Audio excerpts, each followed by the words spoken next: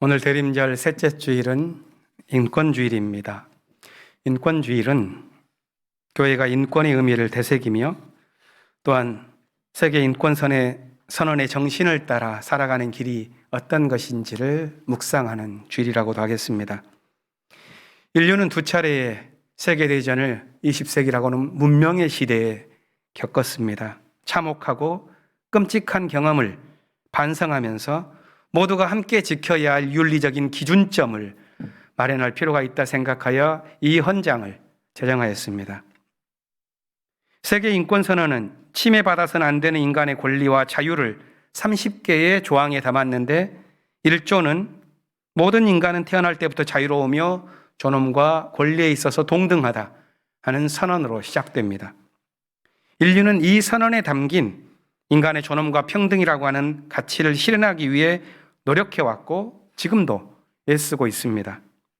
처음에는 사상과 양심과 종교라고 하는 기본적인 자유를 확보했고 그 다음에는 인간다운 삶을 지킬 수 있는 의식주와 의료, 노동과 교육에 관한 사회적 권리를 확보해왔습니다.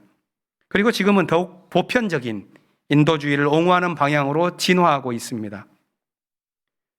그러는 동안에 강자와 남성 중심의 역사와 질서를 되돌이키게 되었고 인권의 주체로서 여성, 아동, 이주민, 소수자 등등이 차례로 등장했습니다. 또한 자국의 국민만 보호해서는 되는 것이 아니라 인간이라면 누구나 인권을 보장받아야 한다는 세계주의적인 정신이 확대되고 있습니다. 한편으로는 인간의 권리만이 아니라 동물과 자연의 존엄성까지 지켜야 한다는 생태주의가 강화되는 방향으로 나아가는 중입니다. 그렇게 보면 인류의 역사는 인권 확장의 역사라고도 하겠습니다. 하지만 현실에서는 모두가 평등하게 인권을 누리지 못합니다. 역사와 문화의 다양한 조건 속에서 인권에 대한 이해가 각기 다르고 또 한 나라 안에서도 인권의식이 동일하게 적용되지 않습니다. 그런 틈바구니에서 인권이라고 하는 명목으로 자신의 목적을 이루려는 이기적 흐름 또한도 존재합니다. 배타적인 종교는 교리를 핑계 삼아서 인간의 평등권을 무시하고 제국주의 국가는 지배욕에 사로잡혀서 인권을 도구화하는 국제정치를 펼치기도 합니다. 차별금지법 제정을 반대하는 한국의 보수 개신교회와 그들이 좋아하는 미국이 인권을 도구로 삼아서 마치 세계 경찰인 양 구는 모습이 참 닮았습니다. 그래서인지 캐나다의 한 정치인은 인권을 우상화하는 것을 비판합니다. 인권을 구실로 삼아서 실제로는 자신의 정치적 목적을 이루려는 유혹에 대한 경고입니다. 인류는 분명히 양심과 이성을 바탕으로 인권을 옹호하는 제도를 넓혀왔습니다. 그런데 이기심을 조율하고 이타심을 발휘하는 일에서 늘 성공해온 것은 아니죠. 현실에서는 때때로 피로 일구어 낸 민주주의 터전에서 야만의 광기가 춤을 추곤 합니다. 우리 사회는 지금 촛불혁명의 거대한 파고를 거쳤음에도 윤석열 현상이라고 하는 적반하장의 현실을 지나고 있습니다. 달리 말하자면 자유주의만으로는 자유를 지키기 어렵다는 진실을 실감하고 있는 중이라 하겠습니다. 종교는 어떻습니까? 인권, 즉 인간의 권리에 대해서 기독교 신학은 이중적인 것 같습니다.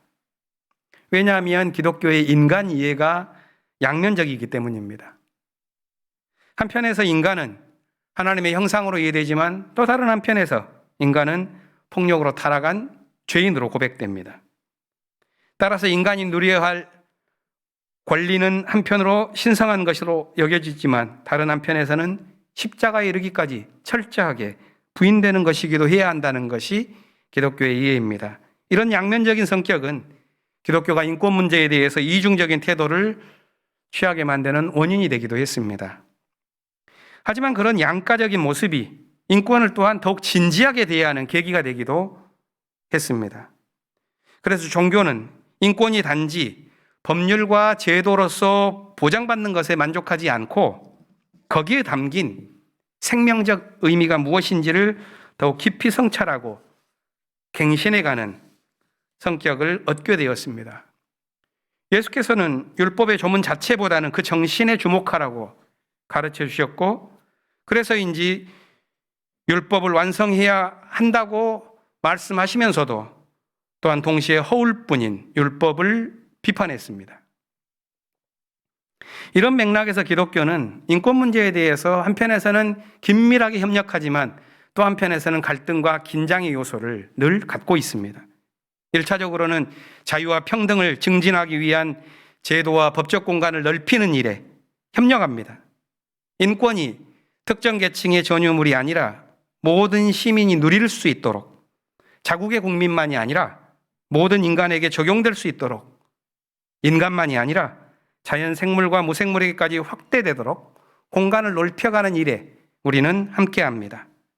그래서 현재의 법적 한계 너머의 정의를 추구하는 급진적 흐름까지도 우리 안에 얻기 위해서 우리는 노력하고 있습니다. 이것은 사회적 정의를 추구해 나가는 종교의 모습이라고 하겠습니다. 하지만 종교는 원칙과 이념에 일방적으로 자신을 맡기기보다는 때로는 긴장관계를 이루면서 실제 삶에서 갖고 있는 공백을 메우는 실존적인 현명함 또한도 포착하고자 노력합니다. 특별히 공동체를 이루어가는 삶에서 중요한 것은 권리 주장의 원칙보다는 현명한 봉사와 헌신의 징검다리가 필요하다는 것을 우리는 압니다. 공동체를 구성하고 유지하는 과정에서 자유와 평등에 기민한 사람들이 실제로는 이기적인 소비자가 되는 현실을 절절히 경험하곤 합니다. 그래서 한 철학자는 이렇게 말합니다. 자유에 대한 주장이 고통에 대해서 응답하지 않아도 된다고 하는 이기심의 원상이 되지 않도록 주목해야 하며, 평등에 대한 강조가 자기 주장을 끝까지 밀어도 된다는 이기심의 주장이 되지 않도록 깨어 있으라고 말합니다. 종교가 유념해야 할 말입니다. 남아프리카 공화국의 종교 지도자로서 노벨 평화상을 받은 분이 있는데 그분 이름이 데스몬드 투투라고 하는 성공의 주교입니다. 그는 요하네스버그에 있는 성당을 기지로 삼아서 인종차별에 저항했고 억압당하는 사람들과 함께 차별 철폐투쟁에 나섰습니다. 그에게 기독교는 양면적으로 다가왔습니다. 그가 기독교 문명에 기초한 서구 사회의 자유를 익히 알고 있었지만 자기 나라에서는 기독교가 흑백 갈등과 백인들이 억압 정책을 펼쳐나가는 것에 이데올로기적인 구실로 기능하는 것을 깨닫게 된 것입니다. 그래서 이렇게 비판했습니다. 백인들은 우리에게 와서 성서를 주고 기도하라고 했죠. 그래서 우리 아프리카인들은 성서를 받고 기도했습니다. 그리고 고개를 드니 백인들은 아프리카를 차지했더군요. 하나님과 예수님이 분노할 짓을 하고 그걸 성서로 덮어버렸지요. 하지만 투투 주교는 냉소에 멈추지 않고 예수의 길을 걷기 위해 노력합니다. 훗날 그가 남아공 교회협의회 책임자로서 정부에서 파견된 감시위원회의 조사를 받을 때 다음과 같이 증언합니다. 하나님이 나에게 부여해 주신 소임을 정부는 결코 막지 못할 것입니다. 그것은 내가 좋아해서 하는 것이 아니기 때문입니다. 예레미야처럼 나는 가만히 있으려 해도 하나님의 말씀이 내 가슴 속에서 불길처럼 타오르기 때문에 나는 하지 않을 수가 없습니다. 백인들이 나에게 할 수 있는 가장 끔찍한 일은 나를 죽이는 것이겠죠. 하지만 나에게는 죽음도 최후의 것은 아닙니다. 이런 대범한 성품은 종교인 모두에게 주어진 것은 아닙니다. 그렇다면 우리는 더욱 겸손하게 우리를 돌아보며 살아가야 할 것입니다. 우리는 가정과 교회를 비롯해서 이곳저곳에서 크고 작은 공동체를 이루며 살고 있습니다. 그 모든 관계에서 우리는 자유와 책임의 문제를 만나게 됩니다.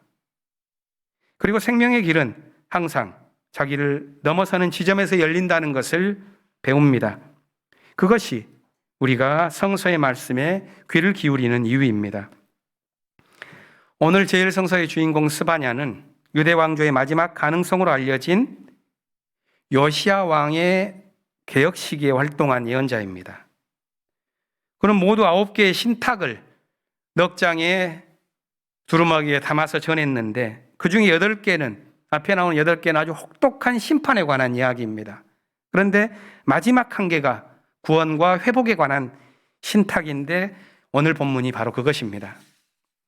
오늘 본문은 야훼의 날, 그날이 오면 회복될 것이라고 예언자가 말합니다. 너희에게서 두려움과 슬픔을 없애고 흩어져 사는 모든 땅에서 부끄러움을 겪던 너희를 고향으로 인도해 내겠다. 이렇게 하나님의 말씀을 전합니다. 이 신탁의 배경은 요시야 왕이 집권했던 시기가 아니라 수십 년이 지난 후인 포로기로 끌려간 때라고 추정합니다. 훗날 덧붙여진 내용이라는 것이지요. 그렇다면 이 회복의 날을 기다리는 사람들은 포로들입니다. 그들은 인권을 말할 수 없는 처지에 놓인 사람들이죠. 고향 땅을 잃고 사로잡혀 끌려와서 억눌림을 당하는 사람들입니다. 그런 그들이 회복에 관한 하늘의 약속을 꿈꿉니다. 기본적인 인권조차 없을 때 인간이 구상할 수 있는 가장 원대한 꿈을 꾼 것입니다. 오늘 본문은 말합니다. 주 너희 하나님이 구원을 베푸시고 사랑으로 새롭게 해주실 것이라고 약속합니다. 이 약속은 시련을 겪는 사람들에게 큰 용기를 주었을 것입니다. 이 약속을 가진 사람은 두려움과 슬픔과 모욕을 경험했지만 아무리 세상이 어렵다 하여도 삿된 흐름에 자신을 맡기지 않고 죽음의 시대에도 평화의 씨앗을 뿌리며 살아가게 됩니다. 12절을 보면 바로 그들을 가리켜서 바로 미래를 위해 남겨진 씨앗, 주의 이름을 의지하는 온유하고 겸손한 사람들, 이렇게 표현합니다. 만일 이들이 없다면 성서의 약속도 의미가 없겠죠. 바로 이들이 존재하기 때문에 야훼의 날은 단지 심판과 보복의 날이 아니라 구원과 회복의 날이 될 수 있었습니다. 주님의 죽음의 시간을 견뎌낸 이 남은 자들이 평화의 그루터기가 될 것이라고 하는 믿음이 이 예언의 전반에 흐르고 있습니다. 그렇다면 반대로 최근 우리 사회는 믿음을 잃고 지쳐가는 것은 아닌가 하는 느낌을 갖게 됩니다. 긴 코로나의 고통 탓도 있지만 촛불의 염원과 남북의 평화를 이룰 수 있는 소중한 기회를 모두 잃어버리고 초조해진 마음으로 이제는 대통령 선거를 앞두고 갈등의 진영 논리가 범람하는 것을 매일매일 듣곤 합니다. 하지만 역사는 양면적이죠. 과거가 남긴 질곡 속에서 오늘이 고통당하지만 또 오늘의 그 눈물 속에서 평화를 향한 모험이 항상 새롭게 벌어집니다. 온 세계가 갈등을 반복하면서 쇠약해지는 듯이 보일지라도 또한 평화롭고 생태적인 미래를 향한 상상력이 어딘가에는 자라납니다. 그것이 스바냐의 꿈이자 우리의 꿈입니다. 복음서에서 요한은 세례를 받으러 오는 모든 사람들에게 통렬한 목소리를 전합니다. 같은 이야기를 다루었던 마태는 독사의 자식들아 이렇게 말할 때 바리새인과 사두개인들에게만 했는데 이 누가는 온 무리들을 모두, 이 무리들은 오클로스입니다. 예수를 따랐었던 그 모든 사람들을 향해서 회개에 알맞은 열매를 맺어야 한다 이렇게 요구합니다. 자신은 면제받았다고 생각하지 말고 일상에서 평화로운 삶을 실천하라는 것입니다. 자신의 옷과 음식을 나누는 것, 욕심 부리며 남의 것을 빼앗지 않는 것, 거짓 고소를 하지 않는 것, 그리고 자신이 가진 것으로 만족하는 것입니다. 이것은 사실 평범한 요구지요. 하지만 그 가르침에는 힘이 있고 빛이 났습니다. 그래서 사람들은 요한을 두고서 그가 우리가 기다리던 그리스도가 아닐까 이렇게 생각했습니다. 하지만 요한은 자신을 낮추면서 자기 다음에 오실 분을 높였죠. 자신은 물로 세례를 줄 뿐, 이어서 오실 분은 거룩한 영으로 세례를 주실 것이라고, 자기는 그분의 신발끈을 풀어드릴 자격도 없다고 말합니다. 이 표현에는 겸손보다 더 깊은 의미가 담긴 듯합니다. 저는 그것이 대림절의 믿음이라고 생각합니다. 그것은 새 시대를 향한 간절한 그리움입니다.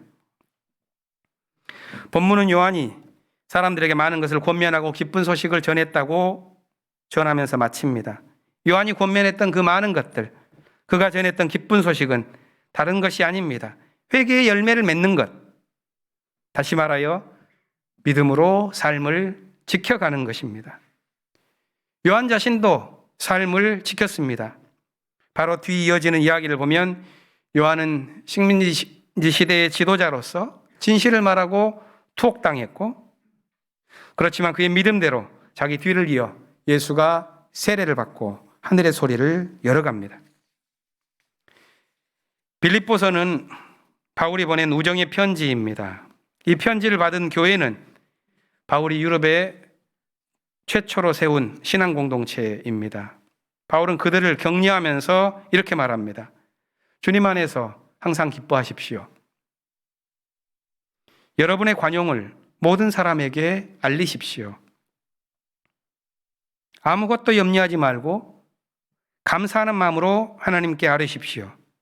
그리하면 사람의 헤아림을 뛰어넘는 하나님의 평화가 여러분의 마음과 생각을 그리스도 예수 안에서 지켜주실 것입니다. 바울의 이 권면은 고통 속에 있는 사람들에게 주는 자기만족적인 심리치료는 아닐 것입니다. 그는 자신이 보고 있는 믿음의 세계를 보면서 그것을 전하고 있는 것이죠. 삶에서 믿음이 진실로 중요하다는 것을 신학적으로 가장 명료하게 깨달은 사람 가운데 하나가 바울입니다. 그는 촘촘하게 구성되어 있는 이 세계의 질서, 그 안에서 살아가는 데 필요한 룰이라고 할 수 있는 율법, 그것을 지키는 것만으로는 생명력 있는 삶을 살아갈 수가 없다는 것을 깨달았습니다. 예수께서도 이 세상의 문법을 가르치는 율법학자들을 향해서 그들은 위선자다, 눈먼 인도자다 이렇게 말한 적이 있습니다. 바울은 그렇게 합법적인 질서를 통해서 도리어 죄악의 마음들이 유통되어지는 세속의 역설적 구조를 너무나도 꿰뚫어 보았습니다. 그는 인간의 죄가 율법을 지키지 않아서 생기는 것이 아니라 율법을 잘 지켰을 때 도리어 죄악에 사로잡히고 많은 현실을 본 것입니다. 그래서 고민 끝에 내린 결론은 인류의 죄악은 법을 지키지 않은 행위에서 생기는 것이 아니라 오히려 법에 따라서 행동할 경우에 생겨난다는 깨달음이었습니다. 거기서 율법이 아니라 믿음을 따라 살고자 하는 그의 각성이 일어나는 것이지요. 바울에게 믿음이란 거룩한 영이 그 마음에 지어주는 새로운 정신이었습니다. 기독교가 말하는 믿음을 사회적인 언어로 바꾼다면 믿음이란 모든 증오와 대립 정신을 뛰어넘는 진취적인 마음이요, 역사의식이자 공동체 정신입니다. 다가오는 세계에 평화를 미리 맛본 깨어난 정신의 품격이 바로 믿음입니다. 대림절 셋째 주일에 우리는 사도 바울의 말씀을 듣습니다. 기뻐하십시오. 염려하지 마십시오. 감사하는 마음으로 하나님께 아뢰십시오. 그리하면 사람의 헤아림을 뛰어넘는 하나님의 평화가 지켜주실 것입니다. 하나님의 평화는 참혹한 세계를 어루만져주는 자비로운 숨결입니다. 하나님의 평화는 억압과 교만을 녹여내는 급진적인 분노이기도 하며 우리의 한계와 굴곡을 치유하는 깨어난 사랑이기도 합니다. 대림절의 기쁨은 이 하나님의 평화에서 비롯될 것입니다. 지난 금요일 이틀 전에 온라인 회의가 자주 있는데 온라인 회의를 한 적이 있습니다. 한국교회협의회와 미국교회협의회가 작년에 결정한 대로 분기마다 한 번씩 한반도 평화통일에 관해서 대화하기로 한 약속대로 모인 워킹그룹 회의였습니다. 이번 모임에서는 메노나이트 교회의 평화 전통에 대해서 듣는 시간도 있었는데요. 이 메노나이트 교회는 한국에는 아주 소수이지만 퀘이커 전통을 따르는 그런 교회이고, 이 교회는 평신도 리더십을 중요하기 때문에 성직자를 그동안 세우지 않았고요. 비폭력 평화주의라고 하는 것을 철저하게 옹호하는 교회였기 때문에 그들은 교회가 존립한다는 것은 평화를 위해서 일하기 때문이라고 하는 목적의식이 아주 투철합니다. 저는 이들이 가지고 있는 역사, 고백, 현재 그들을 채우고 있는 믿음, 거기에서 펼쳐지고 있는 전 세계의 분쟁 지역에서의 조정활동과 지원과 구제활동, 이런 것을 들으면서 많은 것을 느꼈습니다. 정의를 이루는 일에는 반드시 헌신이 필요하다는 사실, 인권을 지키는 일에는 회복과 용서의 감각이 반드시 필요하다는 사실, 그것을 다시 한번 깊이 느낍니다. 여러분들께서도 여러 곳에서 비슷한 믿음의 경험들을 해 나아가실 것이라고 생각합니다. 대림절이 깊어갑니다. 우리 모두에게 하나님의 평화가 임하기를 빕니다. 이 믿음의 계절에 우리를 변화시키는 하나님의 은총이 함께 하시기를 침묵하면서 함께 기원하겠습니다.